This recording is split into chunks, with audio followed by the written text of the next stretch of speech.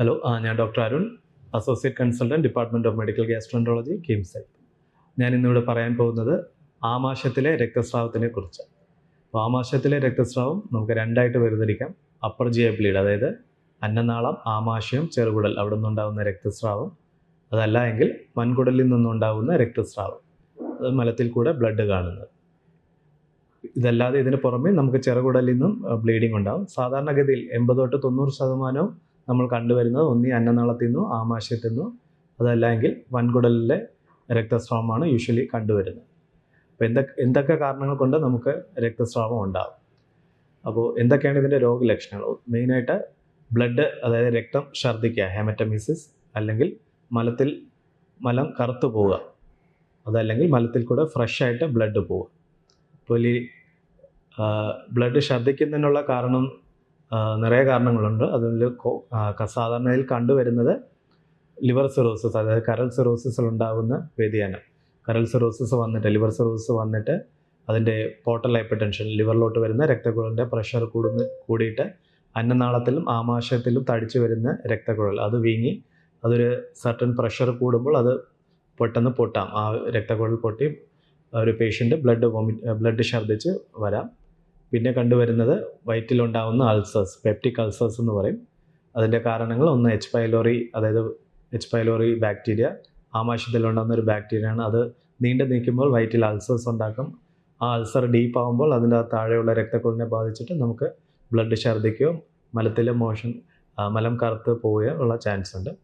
പിന്നെ വന്നത് സാധാരണ ഇതിൽ കാണുന്നത് മാലറി വീസ്റ്റെയർ, അതായത് നമ്മളിപ്പോൾ ഒരുപാട് പ്രാവശ്യം ഛർദ്ദിച്ചു, കുറേ നേരം ഫോഴ്സ്ഫുള്ളി ഛർദ്ദിച്ച് കഴിയുമ്പോഴത്തേക്കും അന്നനാളത്തിലെ താഴെ അറ്റത്ത്, ആ വാൽവിൻ്റെ അടുത്ത് ഒരു മുറിവ് പോലെ ഉണ്ടായിട്ട് അവിടെ നിന്ന് നമുക്ക് ബ്ലഡ് ഛർദ്ദിക്കാം.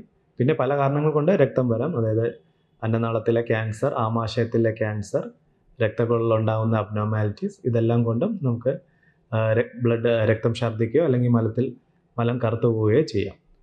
അതല്ലാതെ വൻകുടലിലെ കാരണങ്ങൾ കൊണ്ടും നമുക്ക് മലത്തിൽ ബ്ലഡ് പോവാം. സാധാരണഗതിയിൽ പ്രായമുള്ളവരിൽ കണ്ടുവരുന്നത് പൈൽസിൻ്റെ പ്രോബ്ലം, അതല്ലെങ്കിൽ വൻകുടലിലുണ്ടാകുന്ന ക്യാൻസേഴ്സ്, കോളോറക്ടൽ ക്യാൻസേഴ്സ്. പിന്നെ 50 വയസ്സിന് മുകളിൽ കണ്ടുവരുന്നതാണ് ഡൈവേർട്ടിക്കുല, അതായത് വൻകുടലിലുണ്ടാകുന്ന സുഷിരങ്ങൾ എന്ന് പറയുന്ന അവസ്ഥ. അത് നീണ്ടു നിൽക്കുന്ന സമയത്ത് അതിൻ്റെ അകത്തോട്ടുള്ള ചെറിയ രക്തധമനികളെ ബാധിക്കുമ്പോൾ ഒരു സുപ്രഭാതത്തിൽ പെട്ടെന്ന് ബ്ലഡ് പൊടിഞ്ഞു വരാനുള്ള സാധ്യത. പിന്നെ ചെറുപ്രായത്തിൽ കണ്ടുവരുന്നതാണ് inflammatory bowel disease, ulcerative colitis അല്ലെങ്കിൽ ക്രോൺസ് ഡിസീസ്. ഇതും നീണ്ടു നിൽക്കുന്ന വൻകുടലിൽ അൾസേഴ്സ് ഉണ്ടാക്കുന്ന അസുഖമാണ്. ഈ അൾസേഴ്സിൽ നിന്നും രോഗിക്ക് മലത്തിൽ കൂടെ ബ്ലഡ് പോവുകയോ മലം ലൂസായിട്ട് പോവുകയോ, അതായത് ഡയറിയ, ഇതെല്ലാം ഉണ്ടാകാനുള്ള ചാൻസ് ഉണ്ട്. അപ്പം എല്ലാ രോഗികളും മലത്തിൽ കൂടെ ബ്ലഡ് പോവുകയോ അല്ലെങ്കിൽ ബ്ലഡ് ഛർദ്ദിക്കുകയോ ചെയ്താൽ ഉടൻ ചികിത്സ തേടേണ്ടതാണ്. കാരണം ഇത് നമുക്ക് രണ്ടായിട്ട് കാറ്റഗറൈസ് ചെയ്യാം. നമുക്ക് ലൈഫ് എമർജൻസി സിറ്റുവേഷൻസ് ഉണ്ട്, എമർജൻസി അല്ലാത്ത സിറ്റുവേഷൻസ്. ഇപ്പോൾ ബ്ലഡ് ഛർദ്ദിക്കുക എന്ന് പറയുന്നത് അത്ര നിസ്സാരമായിട്ടുള്ള കാര്യമല്ല. അപ്പോൾ ബ്ലഡ് ഛർദ്ദിക്കുന്നതിൻ്റെ ക്വാണ്ടിറ്റി നമുക്ക് അറിയേണ്ടതുണ്ട്. ചെറിയ എമൗണ്ടിലാണോ രക്തം ഛർദ്ദിച്ചത്, വലിയ എമൗണ്ടിലാണോ ഛർദ്ദിച്ചത്?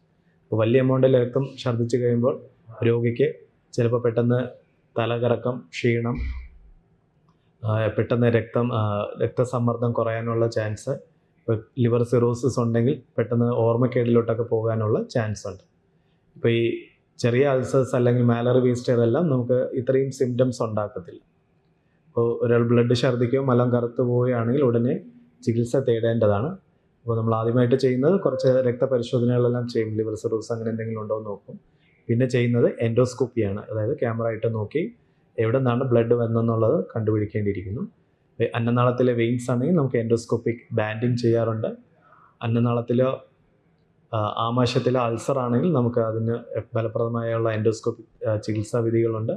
ഒന്ന് അൾസറിനെ കരിയിക്കുകയോ അല്ലെങ്കിൽ അവിടെ ഒരു ക്ലിപ്പ് ഇടുകയോ ചെയ്യാം. അതുപോലെ തന്നെ മാലറി വീസ്റ്റെയർ ആണെങ്കിലും നമുക്ക് അവിടെ മുറിഞ്ഞ സ്ഥലത്ത് നമുക്ക് ക്ലിപ്പ് ഇടുകയോ ബാൻഡിങ് ചെയ്യുകയോ ചെയ്യാം. നമുക്ക് സിറോസിസ് ഉള്ള രക്തസ്രാവം നമുക്ക് കുറച്ച് കെയർഫുൾ ആയിട്ട് ഇരിക്കേണ്ടതാണ്.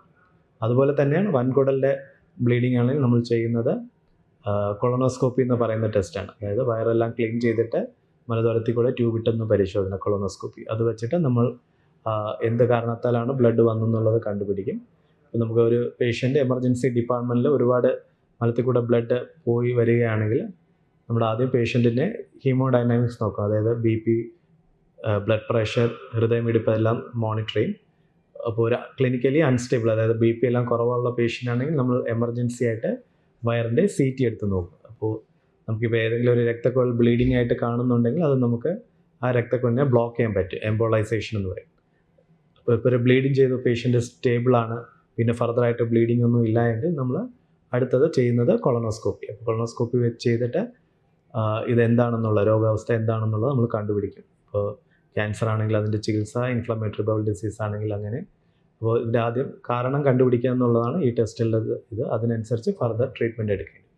അപ്പോൾ ഒരു പേഷ്യൻ്റ് രക്തം ഛർദ്ദിക്കുകയോ അല്ലെങ്കിൽ മലത്തിൽ കൂടെ മലം കറുത്തു പോവുകയോ മലത്തിൽ കൂടെ നമുക്ക് ഒബ്വിയസ് ആയിട്ട് ബ്ലഡ് കാണുകയോ ചെയ്താൽ തന്നെ ഉടൻ തന്നെ അത് ഡോക്ടറുമായി ഹോസ്പിറ്റലിൽ ചെല്ലേണ്ടതാണ്. എമർജൻസി ആയിട്ട് എൻഡോസ്കോപ്പി, കൊളോണോസ്കോപ്പിയൊക്കെ വേണ്ടുന്ന ഒരവസ്ഥയാണ്. ഈ ആമാശയത്തിൽ കൂടെ രക്തസ്രാവം ഉണ്ടാകും.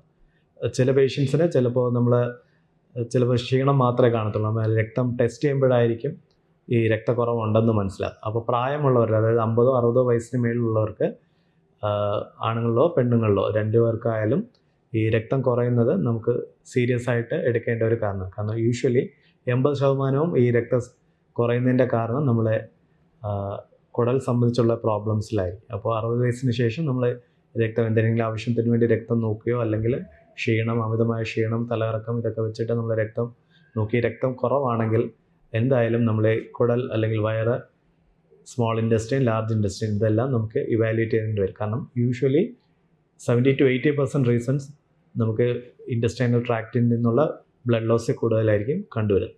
അപ്പോൾ അങ്ങനെ നമ്മൾ ടെസ്റ്റുകളെല്ലാം ചെയ്ത് എൻഡോസ്കോപ്പി, കൊളോണോസ്കോപ്പി ഒക്കെ ചെയ്ത് യഥാസമയം രോഗനിർണയം നടത്തേണ്ടതാണ്. അപ്പോൾ ആമാശയത്തിലെ രക്തസ്രാവം ഒരു എമർജൻസി കണ്ടീഷനാണ്. ചില പേഷ്യൻസിന് അത് ക്രിട്ടിക്കൽ, അതായത് ലൈഫ് ത്രെട്ടനിങ് അസുഖം വരെ ആയി മാറാൻ സാധ്യതയുണ്ട്. അതുകൊണ്ട് ഈ സിംറ്റംസ് ഉണ്ടായിക്കഴിഞ്ഞാൽ ഉടൻ തന്നെ അടുത്തുള്ള ആശുപത്രിയിൽ ചികിത്സ നേടേണ്ടതാണ്.